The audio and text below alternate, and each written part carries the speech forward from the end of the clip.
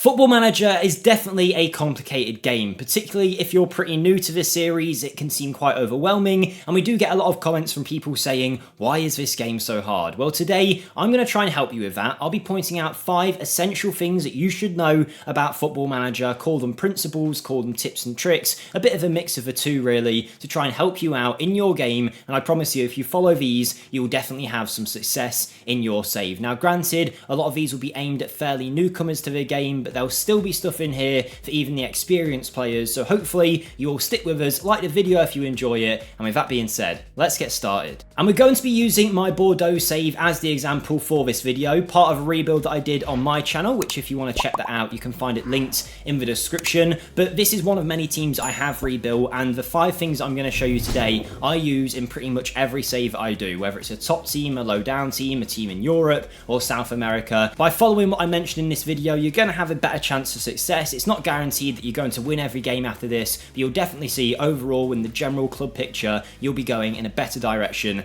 than before. And the thing that I want to cover first is what I'm calling Delegate, Delegate, Delegate. Now this is particularly aimed towards the newcoming players of FM when you've got to deal with the media, with training, with hiring your staff for your under 18s, your first team, buying players, selling players, loaning players out, developing players from the youth academy. It is so much to try and get your head around, and for that reason I think you should delegate a lot of these things out to your staff members. But this button is hidden in FM. A lot of people don't know it exists, but if you go to the staff screen and then go to responsibilities, when you get to the responsibilities section, you'll be greeted by this horrible overview tab which has a list of all the different tasks that someone has to do at your club, whether you're doing it or a fellow staff member is doing it. And this screen isn't great, but if you go into all of the separate drop downs, you can really start to find some things you can take away, forget the responsibility of, and not have to worry about. Take media for example. This is an easy one. Your screen will normally look like this. You as the manager will be doing all of these things, but if you don't want to do some of them, you don't have to. If it's cup games, if it's broadcast interviews, if it's league press conferences, new signing conferences, you can delegate them out if you want to,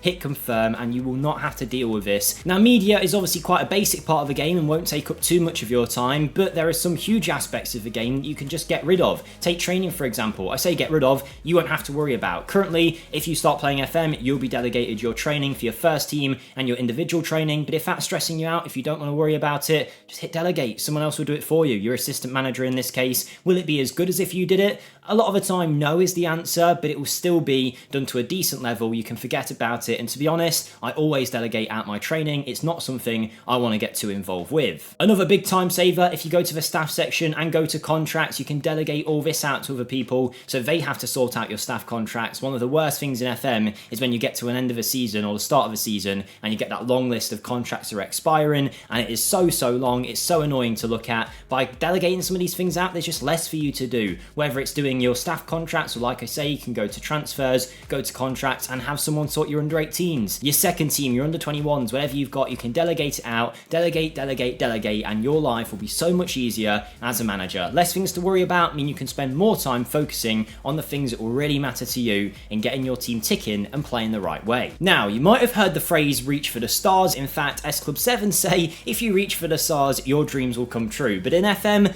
don't reach for the stars, reach for the attributes. And what I mean by this is in Football Manager, particularly if you're coming from a FIFA background or something like that, where you have a set overall, or even personally, I played FM for a few years before realizing this, that star ratings really are not a good indication of your team. And I've covered this in plenty of videos before, but you might look at star ratings and assume in this case, because these guys are 4 stars, they are our 2 best players, Arda Güler, and here we've got Henrique Araujo, and they very well might be our best players, but star ratings are super misleading. So let me get into a few reasons why. I'm not going to dig into every single thing. Your star ratings come from a coach report, and your coach report comes from a specific staff member, which you can see on the coach report screen. Pablo Ramon Arteta is ours. Now this guy actually only has 10 for judging player ability and 12 for judging player potential out of 20. So why are we focusing so much on his judgment of how good the players are? He very well might be wrong in his judging of the players. It's not guaranteed that he is going to be correct. On top of that, there's some other things that come into play in a coach report that don't actually indicate if a player is better than another one. For example, we can see here there's things like fitting well into the majority of the squad's social group.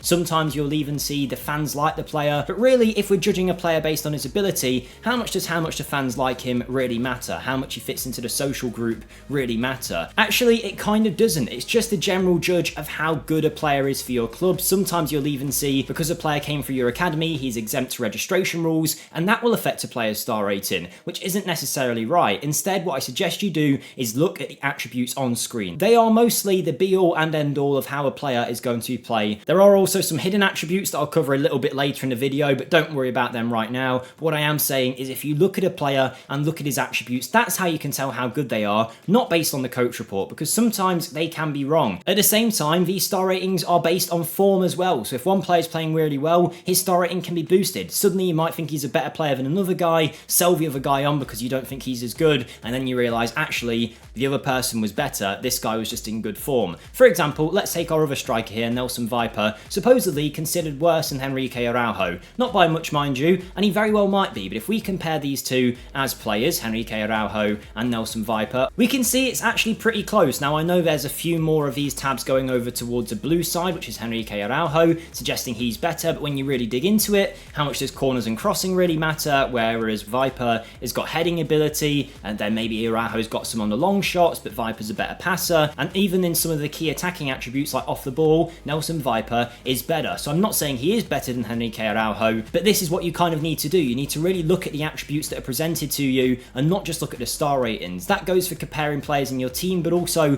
when you sign a new player. Quite often I see people in the transfer market looking at potential players they might want to sign. They see, say, Isaac Babardi has 3.5 stars, he has the most stars, I'm going to buy him. When in reality, if you actually had a look, you might find that there's some players that are less star ratings that you might actually think are better players based on their attributes. There's a 19-year-old here with good attributes. Again, not the same position, not the exact same kind of player, but don't just look at the star ratings is what I'm trying to say. Focus on attributes, not those star ratings. They can be really misleading. Tip number 3 now, and this one is super important. It really can be the be-all and end-all of a save, and I wouldn't say that lightly, but if you get this wrong, you really could just completely throw the way that your save is going out of the window. So let's take Bordeaux for example here. You might have heard the phrase follow the leader. Well, in Football Manager, that is certainly the case. The leaders in your team have a big influence on the rest of your squad, and if you do something to upset them, you could suddenly see a mutiny on your hands. To find out who the leaders of your team are, and again, this is something that you might not really look at, particularly if you're a new player, and you don't have to focus on this all the time, but at the start of your save, just take note, head to the dynamics section, go to hierarchy, and you can see who the important players are in your team. For us, the team leaders are Francho, Nelson Viper, and Henrique Araujo, and then you've got your highly influential players, your influential players, and your other players. Now, depending on how you treat these will depend on how you affect the team. For example, sometimes you'll come into a club and you'll see there's a team leader that's a 34-year-old, you don't want him, and you just try and ship him out the door straight away. If you do that though, and that player does not want to leave and gets upset, you will find it's not just him that gets upset, pretty much everybody will, and then you've got a mutiny on your hands. What you always need to do is take note of the influential players in your team and just be careful when you are dealing with them, whether it's trying to sell them, whether it's not offering them a new contract and going against what they want. It can really cause big problems. Now on the similar end, if you've got someone in the other players section, you're probably going to be okay if you want to upset them. If you really wanted to just get rid of this guy, you could probably go ahead, hire an intermediary to sell him.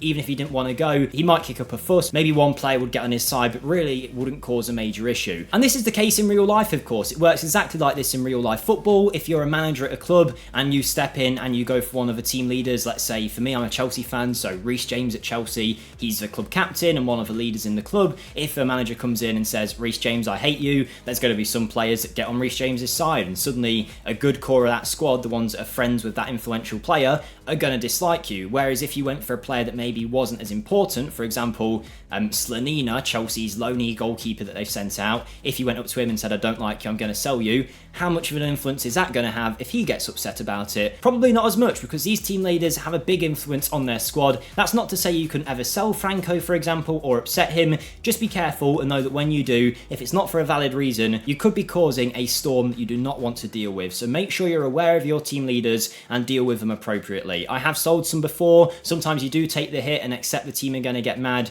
Maybe you replace them with a better player down the line and then they're okay with it. But just be aware, you will get some issues. Your dynamics will take a tumble, football. And if your morale is low in Football Manager, you will see that will affect performances just as much as a bad tactic or bad transfers would. Tip number 4 now, and you might have remembered earlier that I mentioned all these attributes on screen determines how well a player plays. There's also some hidden attributes, and I'm just going to cover them quickly for this tip, which I call consistency is key. Now, I spoke about this in previous videos in the past, but basically, consistency in Football Manager is a hidden attribute that you can't see. In fact, there's quite a few. There's adaptability, there's controversy, other things along those lines. So not really attributes that affect a player's ability on the pitch, but affect his personality and how he might play. The game hides them behind a wall. If you have the in-game editor, which you can buy, you can see them. But in most cases, you'll be unaware of your player's hidden attributes. But one has a massive effect, and that is consistency. That attribute determines how well a player plays on the pitch to his ability. For example, if Henrique Araujo had 5 consistency out of 20, on most occasions he's not going to actually play to the attributes on screen, and a lot of the time if you have a good player that doesn't seem to be playing well, there's a good chance they've got low consistency. But if they're hidden, how can you find out about this attribute? Well, your coach report is where it's going to help you. One of the reasons this is useful, don't just look at the star rating, dig into the actual facts of the report, and you will find that he is a consistent performer. The fact that this is a green emblem suggests that he's got a high rating for consistency,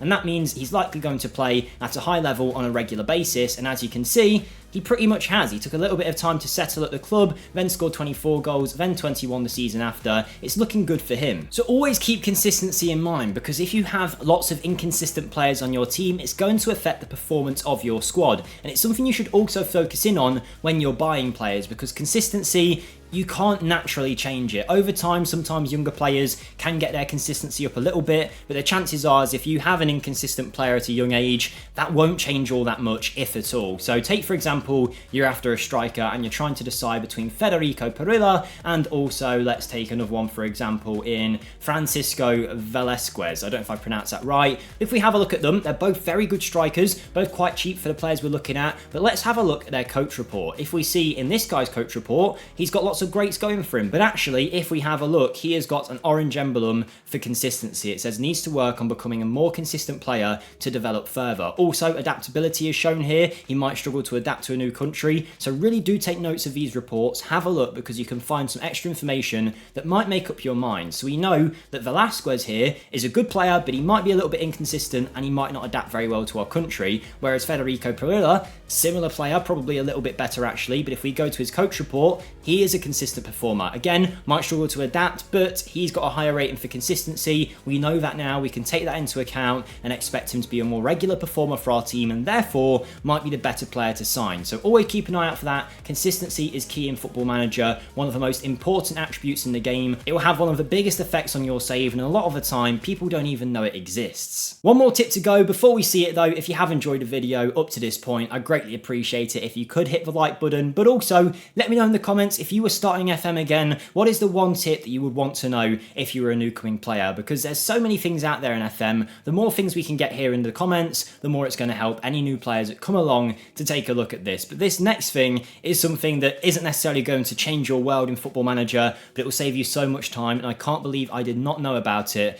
for such a long time whilst playing FM, and it is all about picking your team. So let's clear this team here. I'm going to drop this drop down here, click clear, and then clear entire team selection. A lot of people don't even know you can do that, but there you go. That shows you. I used to do this. Before every single game, I would go ahead and I would pick my team like so, and it is very, very tedious. Eventually, after a long while, you can fill a team out, but there'd be times where I'd then have a cup game midweek, and I just couldn't be bothered to change my team around. It's laziness, I know, but to go through and swap him out for a younger player, swap him out for a younger player, it can just take a while, and it's really slow to do. But the lifesaver that I'm talking about is the quick pick button here, because what this will do is it will pick the team that the game thinks you should use for the next match you've got, whether it's based on players' fitness, the quality of opponent you're playing.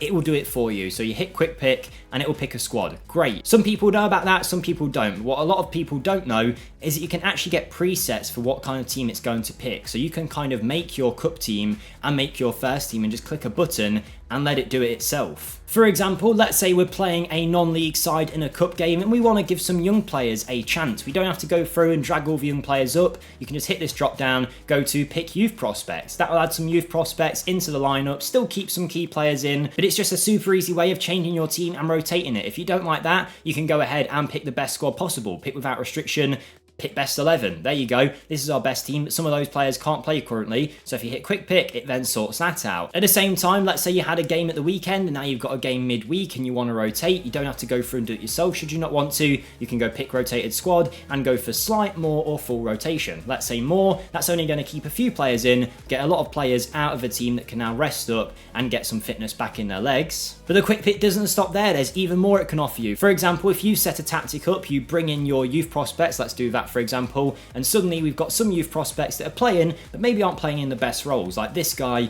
who is a winger. We've got him in central midfield and we're sticking him in box to box. Now if he was a central midfielder, he'd probably be better on Mazzala. Well, don't worry, because if you go back here, click this button here and then pick roles and duties, if you're not too precious about your tactic, what this will do is pick everybody's favourite role and duty on the pitch. So there we go, Haristoy has been moved to the right and put in that Mazzala role. Kadri is playing centre back, his best role at centre back is no nonsense, and suddenly in the tactic he's playing a no nonsense centre back. What I would suggest if you don't want your tactic affected every time is do a copy of your tactic before you do this. So let's go back to our best 11 and let's put them in their best roles and duties. This is the tactic you've got, for example. Before you go ahead and rotate and change your tactic around, just hit this button here and you can just do a copy of the one you've already got. That way when you do go ahead and you pick roles and duties for your youth prospects like so, or your change team, whatever you do, you will notice that we still have our main tactic to fall back on should we need it. So it's just a really quick thing to do. Quick pick is king. If you need it, it can save you so much time, and it is a brilliant feature of a game that a lot of people